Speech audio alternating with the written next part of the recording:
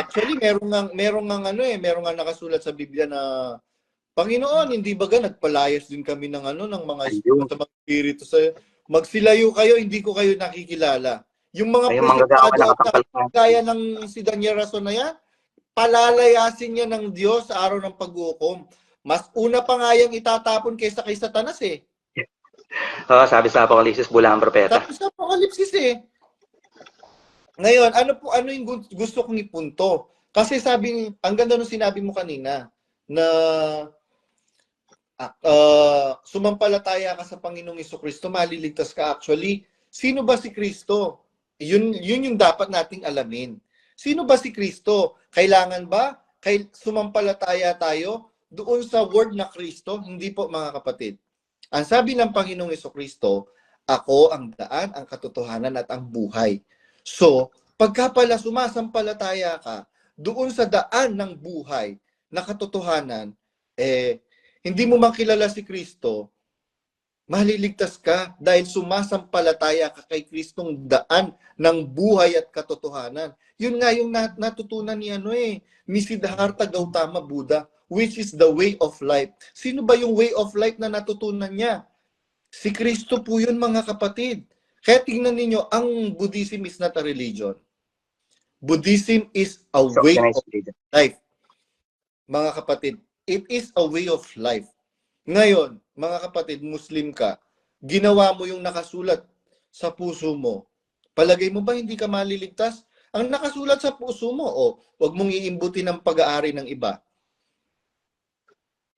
Mga anak, magsitalima kayo sa inyong mga magulang sa Panginoon. Nakasulat 'yon.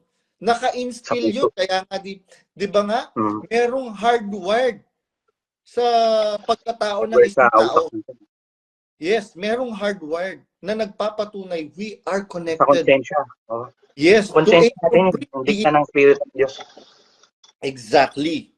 Ngayon, meron nga ako na napanood na documentary. Sabing ganyan,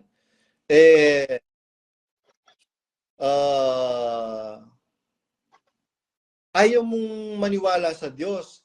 Sabi nyo, gusto nyo maniwala sa mga scientists, sa mga scientific knowledges. Ang daming scientists na nagpapatunay na totoong umiiral ang Diyos, kagaya ni Albert Einstein. Hindi naman siya atheist Hindi atheist Albert Einstein. At saka napakaraming mga scientists, famous scientists, na pino-point out nila, there is a supreme being. Ngayon, yung Isaac Newton, Brad, na siyang nag-invento ng calculus, na isa sa mga title niya, Father of Modern Science. Yes. Si Isaac Newton, atheist yan. Kahit i-search nila. Christian, actually Christian yan eh. Si Albert Einstein kasi medyo parang agnostic ata, pero hindi niya dinideny na pwedeng may Diyos na nag-exist. Hindi siya atheist. Dininay niya yung sinabi ng iba na atheist daw siya, hindi siya atheist, sabi ni Isaac. Pero si Isaac Newton, on the contrary, Kristiyano yun.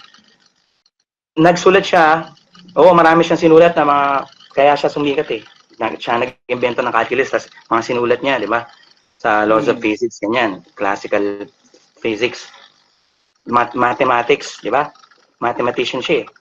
Pero mas marami siyang sinulat, kung tutusin, na about sa Christianity, sa Bible. Ganun siya. Ganun siya yung pananampalataya ni Isaac Newton. Kaya lang, time na yun, may pseudonym lang siya kasi nung panahon na yun. Bawal. Din siya, parang si Jose Rizal. Kasi si Rizal, hindi atheist yan. Ngayon, nung namatay lang siya, saka lang naman nagkaroon ng mga Rizalista na masyado siyang binibiday. Yun yung mali doon. Pero nung nabubuhay siya, wala siyang tinayong organized religion. Siya, naniniwala siya may Diyos, hindi siya atheist. Pero hindi siya naniniwala doon sa organized religion, yung Katolisismo. Tinitira nga niya yun sa Noli Me Tangere, sa El Filibusterismo, sa mga ibang sulit niya. Ang thought, kung tutusin, ang diwa ng mga sinulat niya, anti-clergy. Anti dun sa mga namiminuno sa relihiyon. Dahil sila yung umi-impluwensya sa politika. Malaki impluwensya. Kahit hanggang ngayon, kaya nga anak talaga ng Babylonia, yung mga makikita mo yung mga pastor ngayon na na-involve sa politika. Kasi yung sinabi ni Pablo na mabalik ako doon sa sinabi ni Pablo, meron siya sinabi na sabi niya, magbagaman ako'y naging magaspang sa pananalita. Yan, paboritong basahin yan ni B.E. nung araw. Kaya sasabihin, again, doon na naman siya sa Tagalog magbabatay. Tapos, magbasa man siya sa King James, nakalagay sa King James, though I be rude in speech, o parang rude, di ba? Parang sa modern, natin, pag sinabing rude, parang bastos, di ba? Gusto. Magaspang sa Tagalog, di ba? Parang si Duterte, di ba? Malutong o magmura.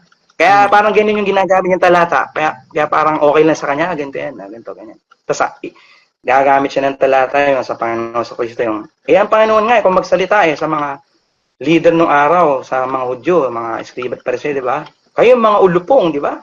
Di ba? Mga anak ni Satanas, kayo sa inyo, mas maano pa daw, mas matindi. So sa kanya, lang daw, gago, tanga, tarantado. Pero dahil doon sa ginawa niya, nakakasuhan tuloy siya ng libel. Hindi naman tayo ganun, hindi natin. ako personally, hindi ko siya, wala akong kailangan gibain dun sa personalidad niya. Ang inaano ko lang yung mga maling aral na tinuro niya.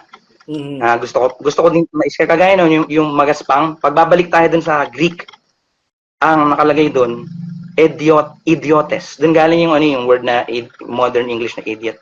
Pero ang meaning nun sa Greek, idiotes, isa sa mga definitions niya ay unskilled or commoner as opposed to doon sa mga sa educated authority, educated men dun sa involved sa politics, secular world kumbaga. Hindi siya ganoon, wala siya sa kasi educated naman si Pablo kasi ni siya Pariseo siya pero sa lawyer siya. Pero dito siya sa Judaismo. Pero hindi siya involved sa kasi may sekta-sekta yan na pag nag-search nyo, Brad. Yung Pariseo, sila yung mga nasa middle class kumbaga. Yung Sadduceo, sila yung upper class. Sila yung involved sa politics. Sila yung mas dun sa Roma, Imperyo Romano. Makikita mo ngayon, ito yung mga Sadduceo. Parang diwang Sadduceo din itong mga na involved sa politics. Sabi nga ni Pablo, di ba? Kaya nga sabi niya, huwag makipamatok, di ba? Kaya dati, binagamit yung, sa INC, ganun din dati, bawal yun Pero ngayon, makikita mo, nangyayari sa Pilipinas na yung gulo, si Marcoleta, di ba? Yung INC supposedly, nakala ko ba, pag INC, dapat di mamumuliti ko, anong ginagawa nila? Kaso, ganun na din sa kanila, yung puno nga nila ngayon, na yung apo, nung pumanaw na sugo nila, sinugo na sugo, anak ni KRD, na anak ng sugo. Yung apo, na di ba din yun, nilagay sa pwesto ni ni Digong, ni Presidente Duterte. Nilagay siya sa pwesto Meron siyang nakalimutan ko anong klaseng nakalimutan ko yan. Search nyo na lang kung ano yung leader ng INC, nagkaroon siya ng sa gobyerno, anong klase. So kahit sila mismo doon sa standard nila, bagsak sila. Kumbaga na-apostasiya sila sa sarili nila ng aral. Pero yun nga, yung kagaya nun, puno, yung terminong puno pa lang, Brad. Maling ikapit yun sa sa atin sa kahit kaninong tao, kahit kamangaral ka pa, si BE kinakapit niya sa sarili niya at ngayon sa pamangkin niya. Yun kasi yung brother, yun kasi yung mali ng lahat mga religion na sumusulpot ngayon at sumulpot. Bakit? Claim sila ng claim sa mga prophecy, ang kinauuwian ng lahat ng propesiya si Kristo. Sabi, di ba? Siya mismo sabi nun sa Old Testament, yung sinasabi sa mga propeta, di ba? Sa aklat ng kautosan, sa mga propeta. Ang kinauuwian nun lahat, Panginoon sa Kristo. Kaya kahit yung paborito nilang basahin, gusto kong i-bring up to sa video kasi. Nagawa ko dati ng video pero English kasi yun, matagal na. Tapos nagpo-post ako. Anyway, gusto kong ipaunawa sa mga hindi nakakaalam. Alam to ng mga nag-exit na. Pero sa mga nandun pa, baka hindi nyo alam, mga kapatid. Kasi lalo na yung mga bago. Akala nila walang ganung turo Pero ayan nga yung dahilan kung bakit puno ngayon sa MCGIC yung pamangkin. Kumbaga, nepo baby yan. Bakit? Kasi ginamit na talata, kung tutusin, messianic prophecy yun. Jeremias, 30-19. Tapos laging nag-uumpisa sa 19, out of context na agad. Ba't di ka umatras kahit isang talata lang, 18, makikita mo yung sino yung tinutukoy doon. Sang bahayan ni Jacob. Ng Jacob, Israel. Exactly. At sa kanila magmumula ang tinig ng papasalamat, di ba? Ang tinig nagsasaya. At sa 21, favorite nila, At ang kanilang puno ay, at ang kanilang prinsipyo magiging isa sa kanilang puno yung magmumula sa gitna nila. Aking palalapitin siya, so singular, aking palalapitin siya, hindi sila. Aking palalapitin siya, at siya lalapit sa akin. Sapagkat sinong yaong nang lumapit sa akin? Sabi ng Diyos Ama, di ba? Ngayon, i-claim mo ngayon na ikaw yun. Anong tawag doon? Actually, yung sa Greek word na Antichristos, dalawa, dual meaning yan eh. Sa Greek, either against Christ or in place of Christ, or nasa lugar ka na Panginoon, nilalagay mo yung sarili mo sa Kanya, kagaya ng ginawa ng Papa sa Roma, na matagal nang sinisigaw ng mga reformers, ni na Martin Luther, no? Noong 16th century, na yung Papa sa Roma, nag-claim siya na Vicar of Christ, Vicarius Christi, tama, sa Latin. Ibig sabihin, Vicar of Christ. Doon nga galing yung Vicarius Filidae, di ba? Yung 666, tinuro ng kapatid na Perez. Na natutunan naman niya doon sa INC. Kay na later on, binawi ni Binawi. Ni BE, di ba? Bago siya mamatay. Ayun yung huling-huling Bible study niya bago siya binawian ng buhay. Ay, sabi pa nga niya, huwag niyo akong tanungin about dyan sa 666 na yan, about sa tandaan ng hayop o bilang ng hayop na yan. Dahil hindi ko alam yan. Umamin siya na hindi niya alam. Sa loob ko, kasi ang dahilan niya, sabi niya, galing lang daw yun kay Perez, galing kay Manalo, galing kay Ellen G. White, SDA, tumigil na siya doon. Pero hindi naman si Ellen G. White ang pinanggalingan. Bago pa lumitaw yung SDA, yung mga reformers, sinasabi na nila yun. Pero yung SDA bilang isang institutional church, sila yung nagpauso niyan. Sila yung talagang walang tigil hanggang ngayon. Vicarius Filidae 666. Tapos yan, siyempre tinuturo din ng INC hanggang ngayon. Pero sa SUAY, hindi talaga ang Papa sa Roma yung 666. Sa totoo. Hindi. Isa lang siya sa mga manifestations. At nag-a-apply siya sa hindi lang sa isang tao. Kumbaga, ang sabi kasi doon, di ba, kung sino man may karunungan, di ba, bilangan na bilang hayop sapagkat isang bilang ng tao. Ang kanyang bilang ay 646. Naalala ko, naano ako nung brad naalala ko yun, memorable sa akin yun. Hindi naman sa inaangat ko yung sarili ko, tumunog ako ng pakakapalit. Pero, naalala kasi, nung pagkakatipon nun 2020, before pandemic, naalala ko. Kasi March kasi di ako nagkakamali, 2020. Nag-announce na may lockdown na ganyan. So before nung lockdown, nakadalo pa ako, huling dalo ko sa lokal ng Cainta sa Rizal yan. Dati kong lokal din yan. Di ba sa atin ginawan ng marami talaga ako may kwento, hindi ko parang sasabog yung pag di ko nilabas to brad Sensya na. So nung dumadalo ako, ganyan.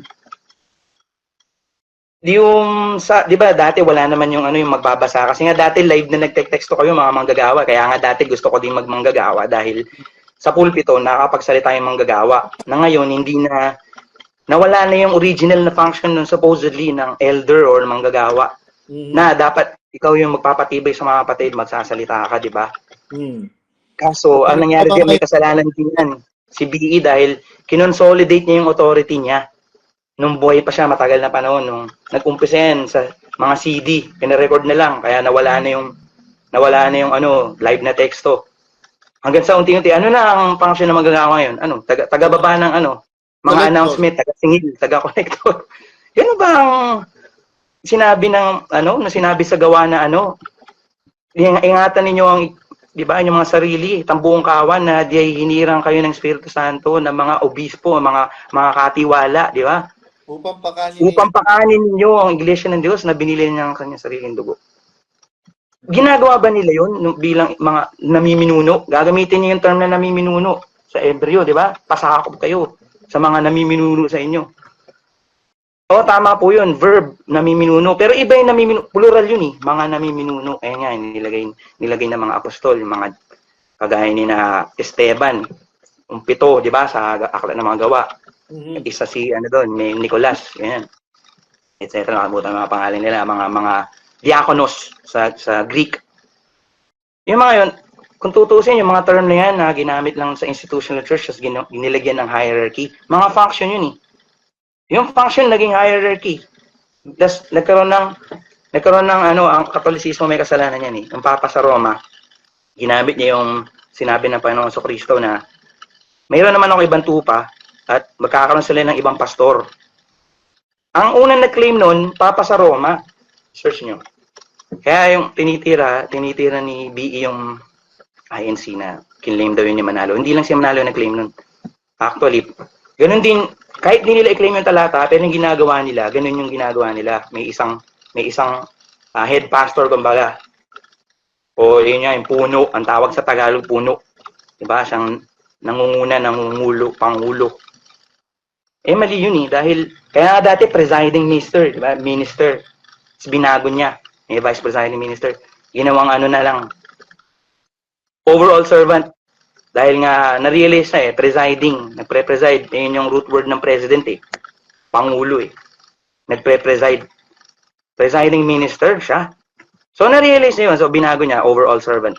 Mas naging tama ba? Hindi rin dahil title din ng yun eh, ng Papa sa Roma eh. Yung servant of the servants of God. Parang pinaraphrase mo lang or nirephrase mo lang, overall servant. Kadiwa ka pa rin ng Papa sa Roma, ikaw pa rin yung nasa tuktok. At the fact na ginagamit mo yung terminong puno, sikakapit mo yung, diba sabi sa Hebreo?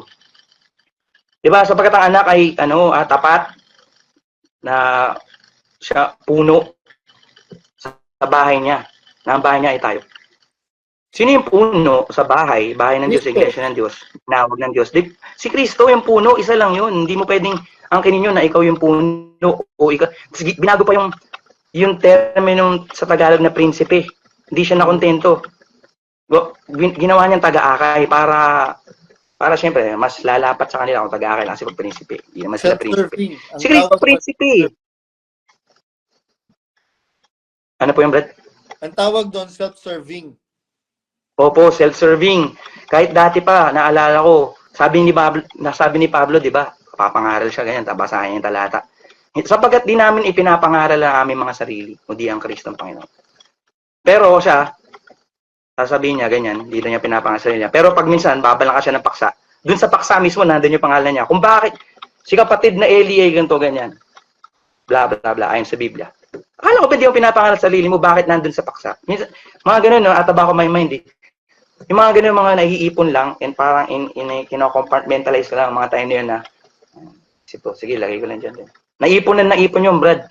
Mga maling mga interpretasyon niya, about sa kapigatian, pabago-bago siya ng stance. Kaya kung babalik tayo din sa sinasabi niya, kung Espiritu Santo ang nagtuturo sa'yo, bakit pabago-bago ka ng stand? Exactly. Bakit? Yung una, ito. Ibig sabihin, kung susundan mo yung logic niya, kung totoo yung claim niya na Espiritu Santo nagtuturo sa kanya, ginagawa niya yung sinungaling Espiritu Santo kasi, ibig sabihin, yung time na to, binulong ng Espiritu Santo siya, ito. Ano yan? Global. Si Ellen G. Parang si Ellen G. White lang na tinutuligsa niya, ibig sabihin, pinaparatangan mo ang Diyos na nagsinungaling. Diba? Oo, parang si Ellen G. White. Ang mundo sa ganitong, kaya lang hindi nagunaw yung mundo. Do sa date. Ganun din eh. Same thing lang. Pare-pareho lang sa ni yung doktrina ni Ellen G. White na present truth, meron silang doktrina sa Ellen. Yung misis ko kasi, dating SDA, so nung napunta kami sa bahay nila sa Mindanao, doon kami nakatira ngayon, nagbabakasyon lang kami dito sa Rizal. Yung mga kamag-anak niya doon, yung tatay niya, nanay niya, nasa abroad. Pero yung mga kamag-anak niya doon, originally, mga SDA yon. Hanggang ngayon, tatay niya SDA. So, meron din akong alam ng konti sa SDA. At saka ngayon ko lang na patunayan na okay lang naman sumama kayo. Mag-invite sila, sige, sama ako. Sumama ako, may kaibigan akong saksi ni Jehovah, sige, sama ako sa kanila. Hindi naman yun, kumbaga mga kapatid din natin sila kay Kristo eh. Hindi na. Exactly. Huwag lang tayong na maging close, narrow-minded na parang sasali tayo sa kanila na ibibida natin, mga sarili natin. Yun ang problema sa mga sekta, yung binibida nila sa halip na ang Panginoon sa Kristo, binibida nila sarili nila.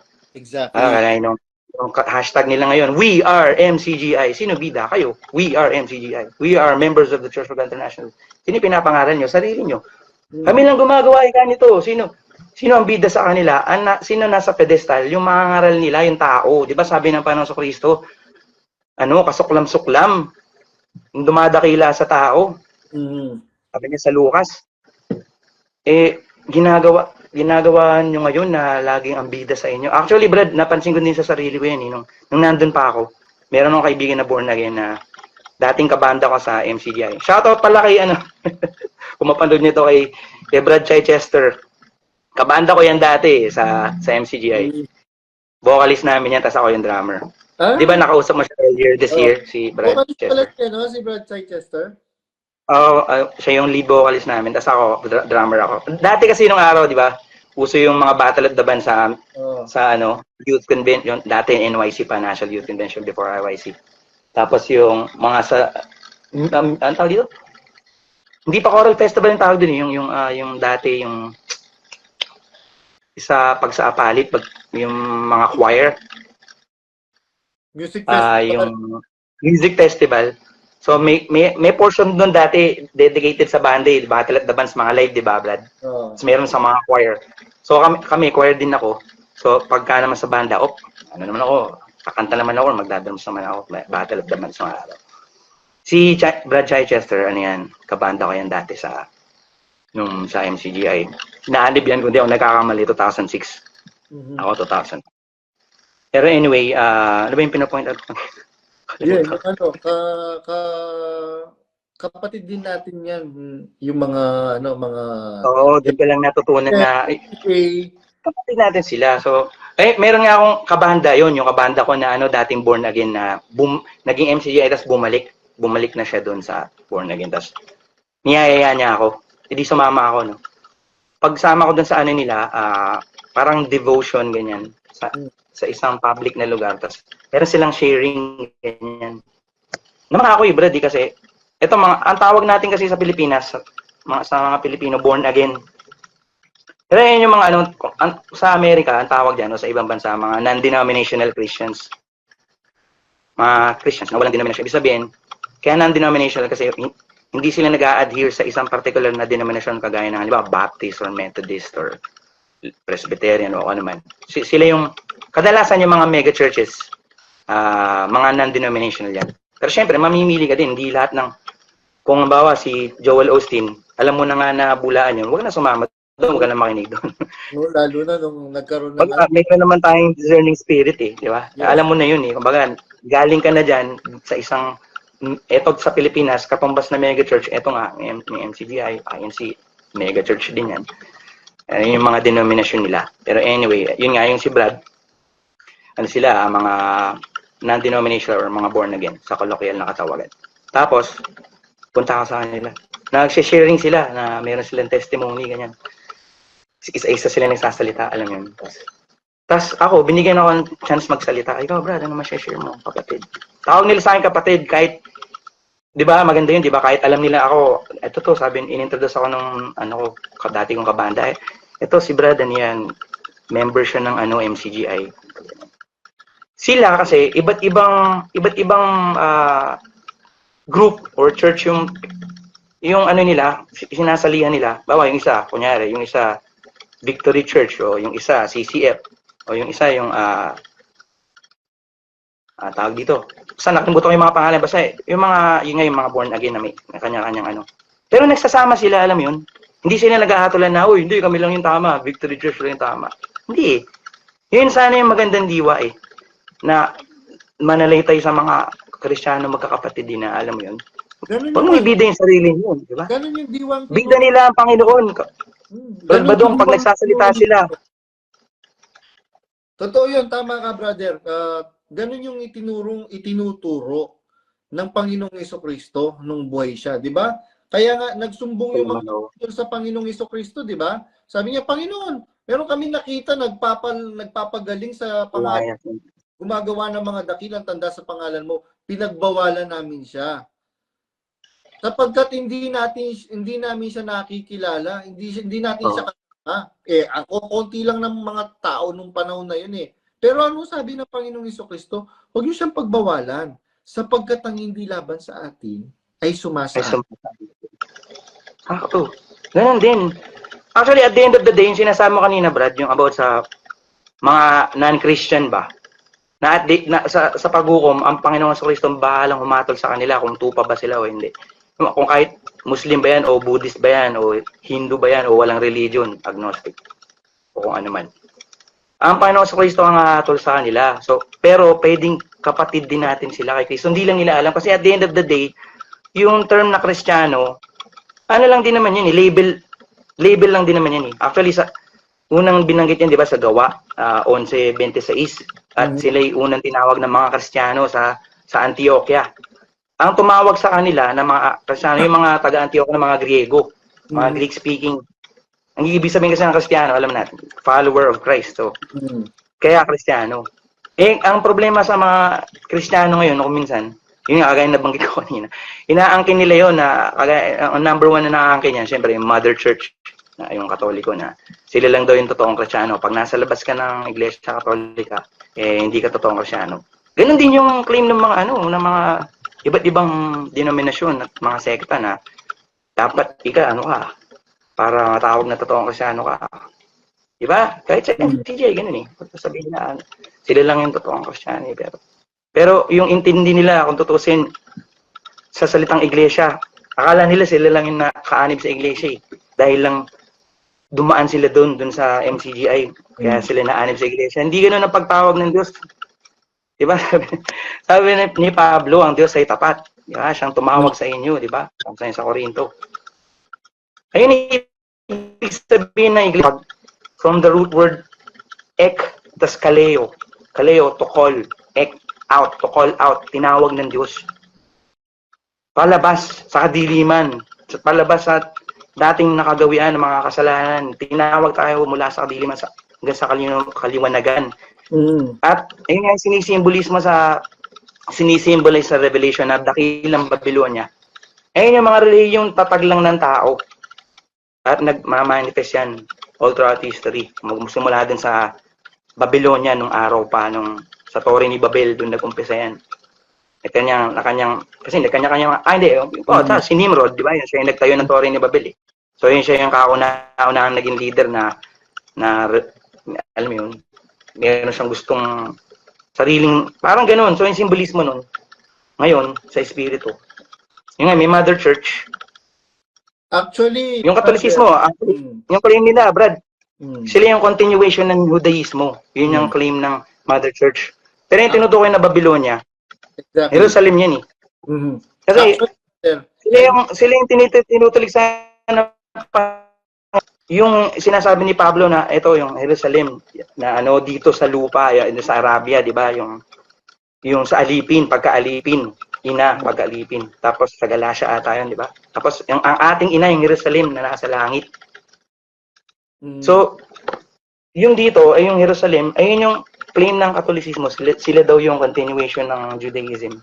So, by implication, sila yung continuation ng Mother Church. Pero umiiral pa rin naman ang Judaismo. Pero kung tutuusin sa history, naging lang sila Mas malawak na kasi yung Christianity. Natupad kasi yung actually, sa Revelation. Ay nagsasalita pa. Napaka sabi nga ni Brad Elios, they are making salvation very complicated.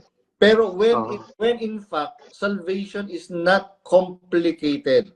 Basahin mo yung uling aklat ng Biblia sa Apokalipsis, walang awa sa hindi nagpakita ng awa. Ang awa ay lumuluwalhati sa araw ng paghukom. So, simple lang po ang kaligtasan, mga kapatid.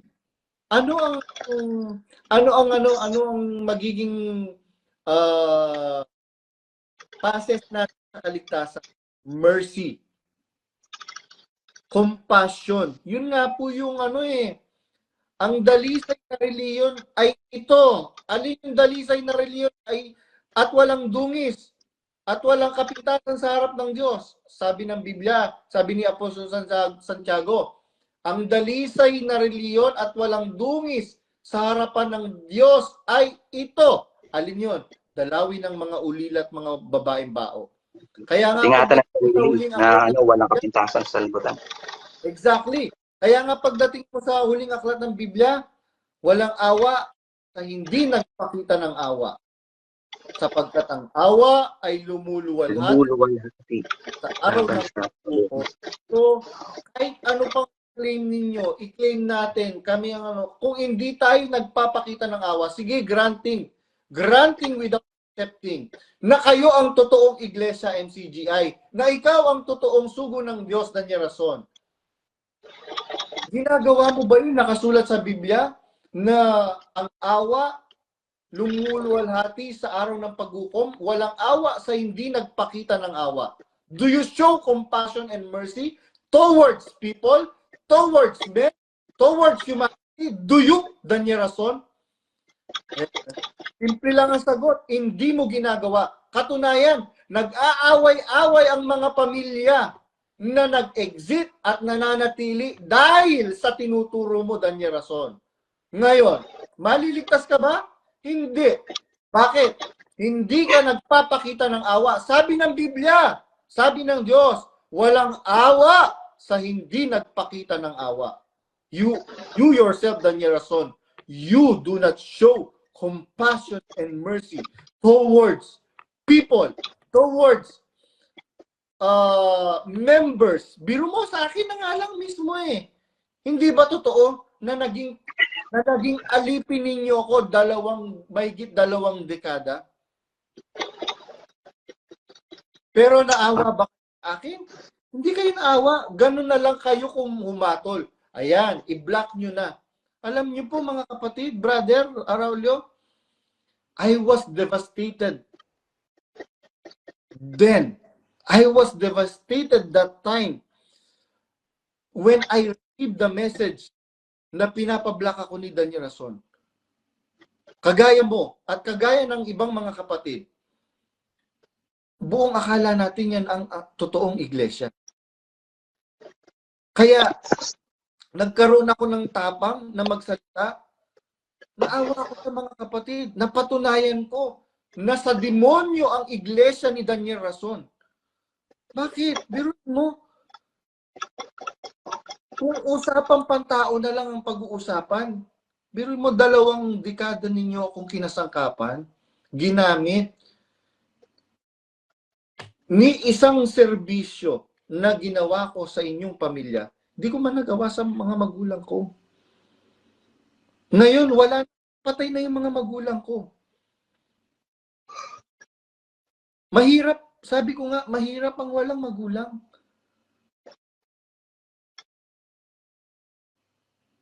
Merong incompleteness sa pagkatao mo. Gusto ko man bumawi sa mga magulang ko, kanino ko babawi? Wala na eh. Tapos, hindi ka man lang naawa, Daniel Rason? Hindi ka man lang nag-imbestiga, Daniel Rason? Kung ano ba ang totoong nangyari? Ayan o, mismo kapatid mo, si Lisel Capulong, sinasabi niya, grabe si Mami. Nagtatransform siya pagka nakaharap si Kuya. Bakit? Bakit ka ganyan, Daniel Rason? Nagpapakilala kang sa Diyos, di ba? Maganda po yung live bukas, brother. Brad Tom. Aba. Maganda yung live bukas dahil ang topic na itatopic namin, granting without accepting. Sige, granting. Tanggapin natin pansamantala na ikaw talaga ang sugo ng Diyos. Kaya lang, may prerequisite yan. Di ba? Kung talagang sugo ka ng Diyos, merong requirement. Ano yung requirement? O sige, hihimay-himayin natin ngayon. Bukas po, wag po kayong mag-absent mga kapatid. Hihimay-himayin namin yung mga requirement sa isang sugo ng Diyos. Brad Araulio, maganda yung yung conversation natin ngayon. Kaya lang, sabi nga, ang oras ay ang gabi, kahit hindi inukay, lumalalim. Meron po kasi akong lakad kayo, Brad. Oo, iniintay na service. Nag-message sa kanina pa. Nag-send siya ng voice message. Hindi ko naman ma-open yung voice message kasi sa cellphone.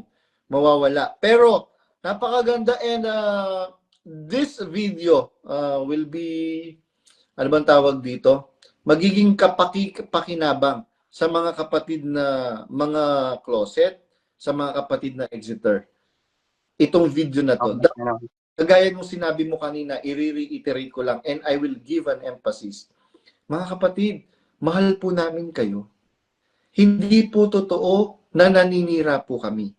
We are just responding doon sa mga sinasabi ninyong mga accusations sa amin na masama na po kaming tao, sa demonyo na kami. Granting na sa demonyo na kami. Hindi ba nakasulat din naman sa Biblia, dapat yung mga nasa apoy aagawin.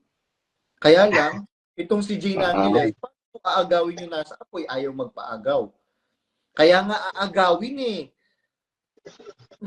Last na lang, Brad, yung about dyan, gusto kong susugan yan bago tayo maghiwalay. Yung dun sa, ano mo, agawin sa apoy, sabi, kasi ang binibida niya yung sinabi, problema kasi sa atin, pag dilulo tayo eh, ang final authority natin, nag-a-appeal tayo sa authority ng sugo eh. Minsan pa nga, mas mahigit pa kaysa dun sa Biblia eh. Kasi minsan kami, pag nagtatalo, halimbawa, na kay KTK, mga kaibigan ko, sabi, ganito yan, ganito. Hindi ka kasi dumalo eh. Sabi ni Brad Eli, ganito. Tapos ang usapan, pagsasin, galing dun sa matanda. Okay, ganun ba? So, minsan, kakagalitan ka pa ng kapatid pagka, sisitas ka. Sasabihin, ba't sumisitas ka? Magagawa ka ba? Ayaw nila na galing bisa sa Bible. Gusto nila galing pa doon sa tao. Which is gaya ng ginagawa nila ngayon. Mas madalas silang mga quote lang ng kuya nila or ng matandang sugo nila. Kagaya ni Jane Angeles. Naawa ako kay Willie dahil doon sa nangyari sa kanya, dinimonize siya. Anyway, si Jane Angeles, sabi niya, kapag sabi daw ni BE, paano mo maagaw sa apoy yan? Uling na. Sunog na. Sabi, di ba? Sabi ko kay Brad Onat, si Brad Onat kasi post about doon, sabi ko, Brad, may katumbas na talata yan. Sabi ko lang, bago tayo mag-iwalay. Sa Zacarias, sa 3:2, kung di ako nagkakamali. Dito sa Tagalog.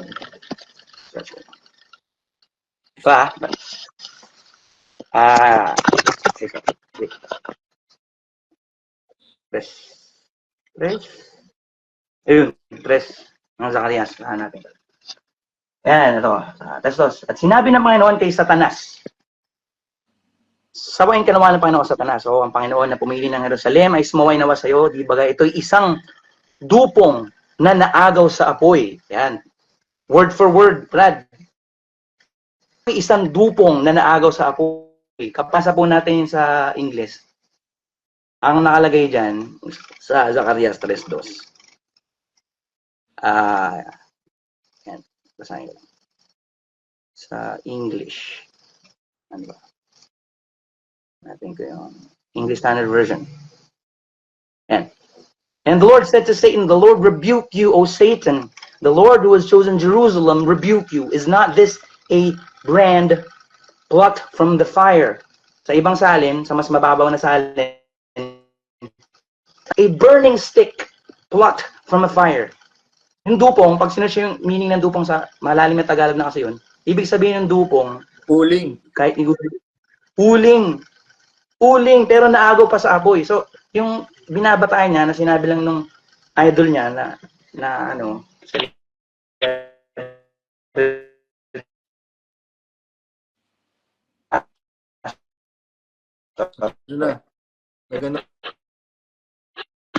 Nag-vapor ka. Mali.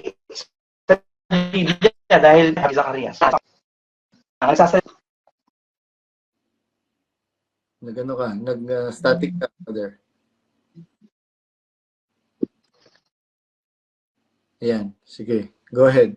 Yan, siguro sa inyo. Ayan. So, ayan, kapatid hindi totoo yung sinasabi ni Jane Angeles na paano mo maaagaw yan ayaw magpaagaw uling na nga yan. Alam niyo po mga kapatid, lahat ng sabi nga ni Brother Eli, di ba? Kung pinaniniwalaan niyo talaga si Brother Eli, kung pinaniniwalaan niyo, sabi nga ni Brother Eli, God is the perfect economist. Natatandaan mo 'yan, brother?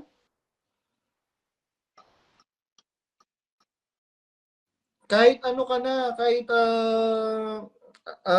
uling ka na, ayan merong talata pala Hindi naman kasi ako dahil wala naman akong intensyon o pagnanasa na magtayo ng iglesia na kagaya ng ipinapaano nila, binibintang nila sa akin. Kasi sabi ng Panginoong Jesucristo, sa ibabaw ng batong ito itatayo kong aking iglesia at ang mga pintuan ng Hades hindi magsisipanaig dito. Wala pong iglesyang naigiba, kaya walang iglesyang kailangang itayo, mga kapatid. Sino po yung iglesia at alin yung iglesia? These are the people. Yun nga nasabi ni Apostol San Pablo hindi ba ganinyo nalalaman na kayo ay templo ng Diyos? At kung gibayin niyo naman. Oo. Kaya mga kapatid, wag po tayong maniwala na Ngayon, kagaya nung sinabi ni Brad Araulio, mahal po namin kayo kapatid. Kaya lang po kami nakakapagsalita kung minsan at nadadala po kami ng aming mga damdamin dahil masakit na po yung pinagsasabi ninyo sa amin.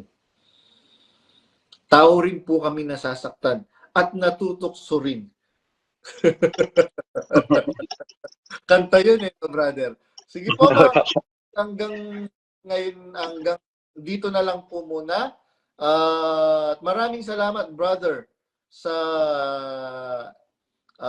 pagsasalita mo at matapang na paninindigan para sa katotohanan na hindi po tayo and nagpipilit din tayo. Hanggang ngayon ay nagpipilit tayo na maging mabuting tao. Hindi na natin maging mabuting Kristiyano Maging mabuting tao ka na lang.